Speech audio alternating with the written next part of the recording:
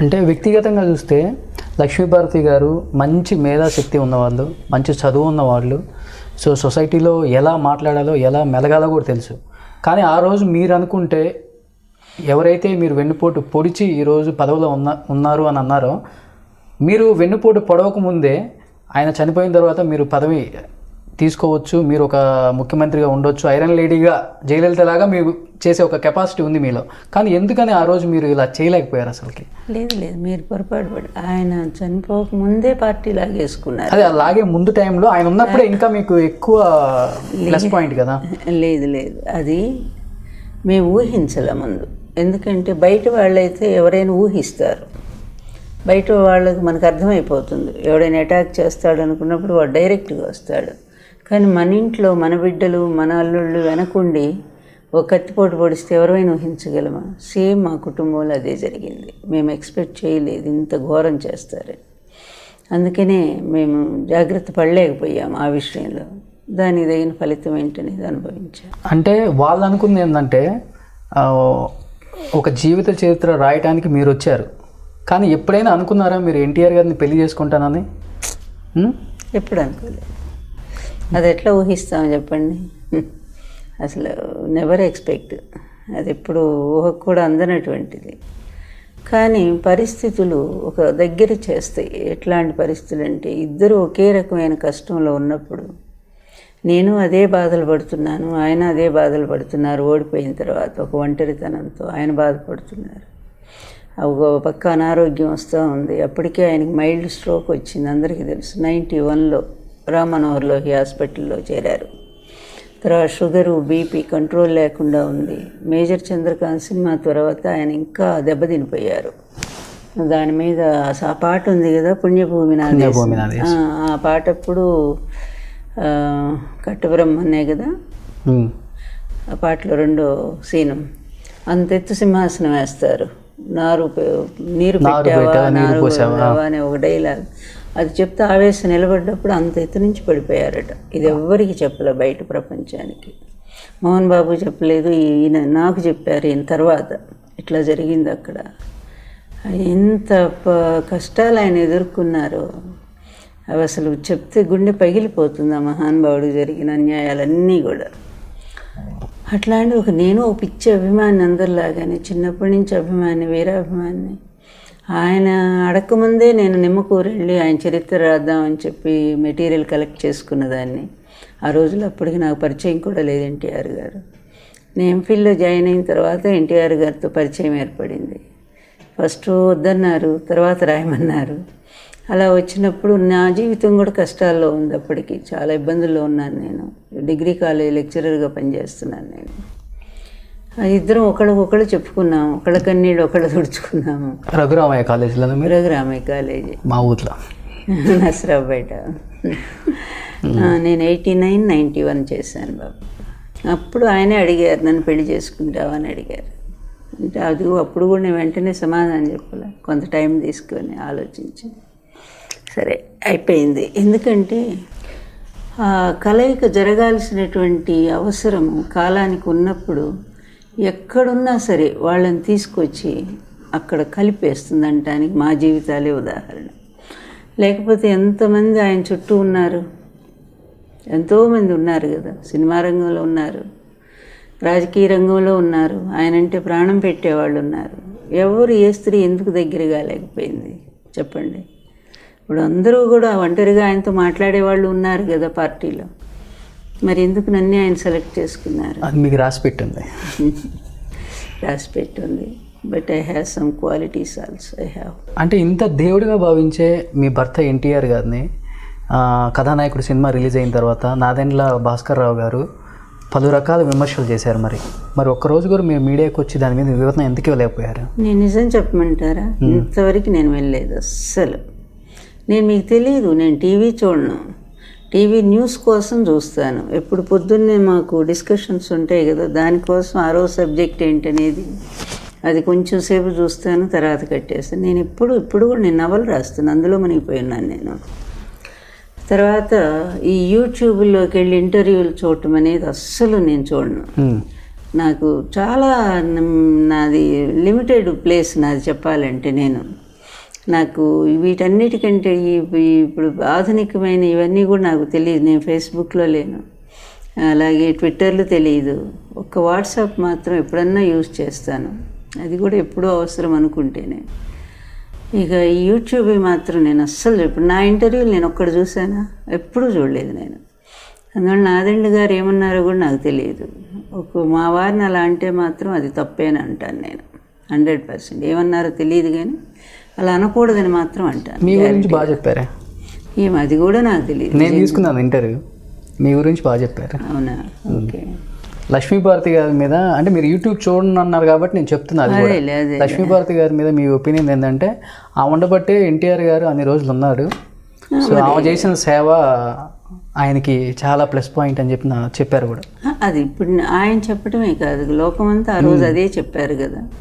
అంటే ఆయన దగ్గర నుండి చూశారు కదా, అదే అందరికీ తెలిసిన సత్యం ఆయన చెప్పారు. అయితే మీ భర్త మీద, మీ అల్లుడు గారి మీద, వాళ్ళ మీద విమర్శలు చేశారు కానీ ఏ విధంగా అయిందో అని. సో నేను రానప్పుడు ఏం జరిగిందో నాకు తెలియదు కదా, వాళ్ళిద్దరి మధ్య ఏం జరిగిందో. సో ఈ మధ్య కేఏ పాల్ గారు మేడం, సో ఈ మీడియాలలో కూడా చాలా హైప్ చేస్తున్నారు. ఆయన వెనక ఉండి నడిపించే ఆ శక్తులు ఎవరంటారు మీరు? అది నాకు అర్థమే కావట్లేదు. ఆయన కేఏ పాల్ గారి పేరు వినాలేంటి? పోనీలే, మీరు విన్నారు అన్నారు చాలు. మరి అసలు అట్లా చెప్పకూడదు, వినకుండా విన్నామని చెప్పకూడదు, విని వినకోలేదని చెప్పకూడదుగా. ఆయన కేఏ పాల్ గారు అదే క్రిస్టియన్ మత ప్రచారం. ఆయన నాకు తెలిసి లాస్ట్ ఎలక్షన్స్ 2014 ఎలక్షన్స్ అప్పుడు చంద్రబాబుకి తోడుగా పనిచేశారు ఆయన ఎలక్షన్లో. ఆయనకి ఎందుకంటే ఈ ఎస్సీ ఓటంతా జగన్మోహన్ రెడ్డి ఉన్నారని చెప్పి, ఎస్సీలంతా జగన్ వైపు ఉన్నారని చెప్పి కేఏ పాల్ని దించాడు చంద్రబాబు రంగంలోకి. అప్పుడు నేను పత్తిపాడని ఆ నియోజకవర్గంలో నేను కూడా క్యాంపెయిన్ చేస్తున్నాను మా పార్టీ తరఫున. ఆ టైంలో అతను అటు వచ్చాడు, అందువల్ల గుర్తుంది నాకు. కనుక ఆయన చంద్రబాబు మనిషి అనేది అందరికీ తెలుసు. ఇప్పుడు ఏదో ప్రచారం చేస్తున్నారు, 2 లక్షల కోట్లు ఉన్నాయి నా దగ్గర, నేను సపరేట్గా పోటీ చేస్తున్నాను, వైసీపీని, టీడీపీని, పవన్ కళ్యాణ్ అందరిని ఓడించి మొత్తం ఉన్న సీట్లు 175 కైవసం చేసుకొని నా అధికారం చేజిక్కించుకుంటామని చెప్పేసి కామెంట్స్ చేస్తున్నారు కదా బాగా. ఇప్పుడు అట్లాంటి వాళ్ళు అసలు ఎలక్షన్స్ ఎందుకు, వాళ్ళు గాడ్ అనుకున్నప్పుడు ఒకసారి హామ్ పట్టిన ఎలా అంటే అయిపోతాయి అన్ని సీట్లు. ఆయన ఎమ్మెల్యేలు ఆయన పక్కన ఉంటారుగా, ఇంకా ఎలక్షన్స్ ఎందుకు, కంటెస్ట్ ఎందుకు? అందువల్ల ఆయన మహిమలు ప్రయోగించి ముఖ్యమంత్రి అవ్వమనండి, ఇప్పుడే మారిపోద్ది సినారియో. అమ్మ, ఇప్పుడు చాలా వరకు ఆ ఫ్యామిలీతో, నందమూరి ఫ్యామిలీతో గొడవలు వచ్చినాక కూడా మీ ఇంటికి ఎక్కువగా బాలకృష్ణ గారు రావటం, బాగా మాట్లాడటం, మీతో అమ్మ అని ఒక చనువు ఉండి నేను వస్తున్నానని చెప్పడం కూడా ఆయన చాలాసార్లు జరిగింది. ఇప్పుడు కూడా మీకు బాలకృష్ణ గారితో ఆ చనువు, ఆ సాన్నిహిత్యం ఉందా, లేకపోతే ఆ మధ్యలో చెరిగిపోయిందంటారు? అది కూడా లేదు, అబ్బాయిని కూడా లాగేశారు గట్టు. ఇంకా ఎప్పుడైతే వాళ్ళిద్దరు బియ్యంకులు అయ్యారు, ఇంకా దాంతోనే ఆయన బంద్ అయిపోయారుగా. ఫోన్లు కూడా లేదు, అస్సలు లేదు.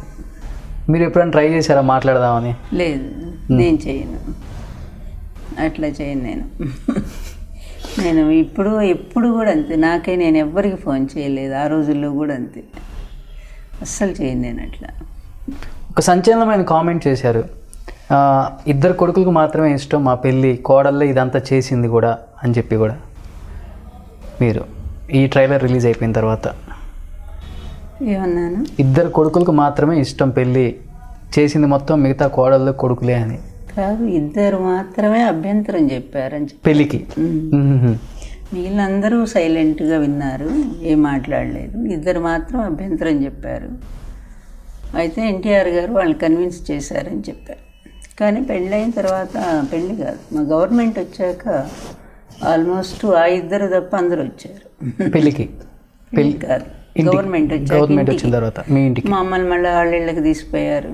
అందరం కలిసిమెలిసి బాగున్నాము. మళ్ళీ చంద్రబాబు వ్యూహంలో భాగంగా కుటుంబాన్ని మళ్ళీ అట్లాగేశారు.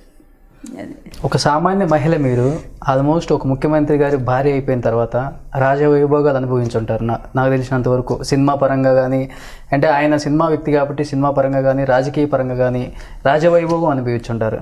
ఆయన వెళ్ళిన తర్వాత మీకు వేసిన బాధ నాకు తెలిసినంత వరకు ఏ ఆడ వ్యక్తికి కూడా కలిగి ఉండదు. అది ఇప్పటికీ మర్చిపోలేని ఒక బాధ. ఒక్కటి నేను అసలు రాజవైభవం అనుభవించానని ఒక్కటి నాకు చూపిస్తే, ఒక్కటి ఒక ముఖ్యమంత్రి భారీగా ఉండే గౌరవం అనేది ఉంటుంది. అది మాకు Z+ కేటగిరీ ఇస్తారు నాకు. అట్లాగే ఎప్పుడు కూడా నేను నా భర్తను దించిన తర్వాత మాత్రమే నన్ను ఒంటరిగా ఆయన పంపారు. ఏ లక్ష్మీపార్వతిని వీళ్ళు బూచిగా చూపించి నా గవర్నమెంట్ లాగేశారు, అదే లక్ష్మీపార్వతిని మళ్ళీ అడ్డం పెట్టి నేను నా పవర్ తెచ్చుకుంటానని మా ఆయన ప్రతిజ్ఞ చేశారు. చేసి నిజాం గ్రౌండ్స్ ఇంకా అనేక సభలు, జిల్లాకు ఒక సభ పెట్టారు. ఆ సభలకు నన్ను ఒంటరిగానే పంపించారు. అట్లా విపరీతమైన జనం ఆ రోజుల్లో కూడా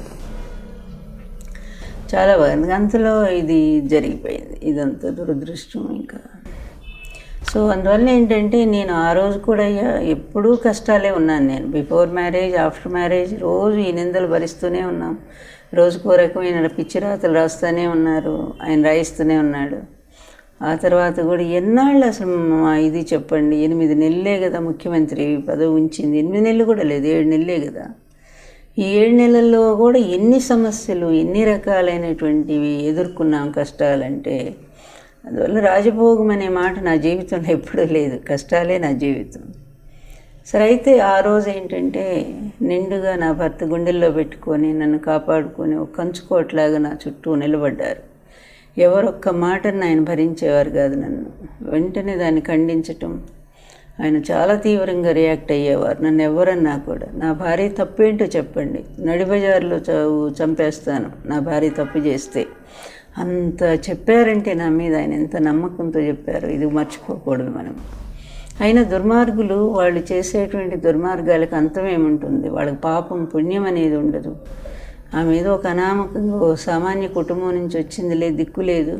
అందువల్ల ఈ స్త్రీని మనం ఎన్ని రకాల ఇబ్బందులు పెట్టినా, ఎన్ని రకాల నిందలు వేసినా, ఎన్ని రకాల బాధ పెట్టినా కూడా ఆమెకు సపోర్ట్ ఎవరు వస్తారు అనే ఒక అహంకారంతో కదా మీరు ఇంత చేశారు.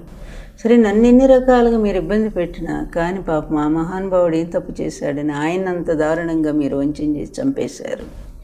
వీటన్నిటికీ సమాధానం రావాల్సిన అవసరం లేదా? ఆ సమాధానం కోసమే నేను ఎదురు చూస్తున్నాను తప్ప ఈ భోగాల మీద వీటి మీద నాకు ఎప్పుడు ఆసక్తి లేదయ్యా. నేను ఎప్పుడైనా సరే భారీ నగలేసుకున్నానా, భారీ చీరలు కట్టుకున్నానా, నేను ఎప్పుడూ సింపుల్గానే ఉన్నాను నా జీవితం అంతా. ఎందుకంటే నా ఆశయం వేరుగా ఉంటుంది.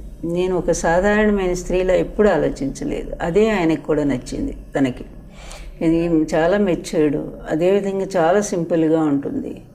తర్వాత తను సాహిత్యం బాగా, సంస్కృతాంధ్ర భాషల్లో తను చాలా దిట్ట, అలాగే బాగా మాట్లాడగలదు, ఇన్ని అర్హతలు ఉన్నాయి, అలాగే సంస్కారం ఉంది, ఓర్పు ఉంది. ఈ క్వాలిటీస్ అన్నీ ఆయన చూశారు కనుకనే నన్ను లైక్ చేశారు, బాగా ఇష్టపడ్డారు. దానికి తగినట్టే నేను ఉన్నాను. ఏ రోజు మా ఇద్దరి మధ్య చిన్న ప్రపంచం కూడా రాలేదు. లాస్ట్ వరకు కూడా మేము బాగున్నాం, కానీ ఆ భగవంతుడే సహించలేకపోయాడు అనిపిస్తుంది నాకైతే.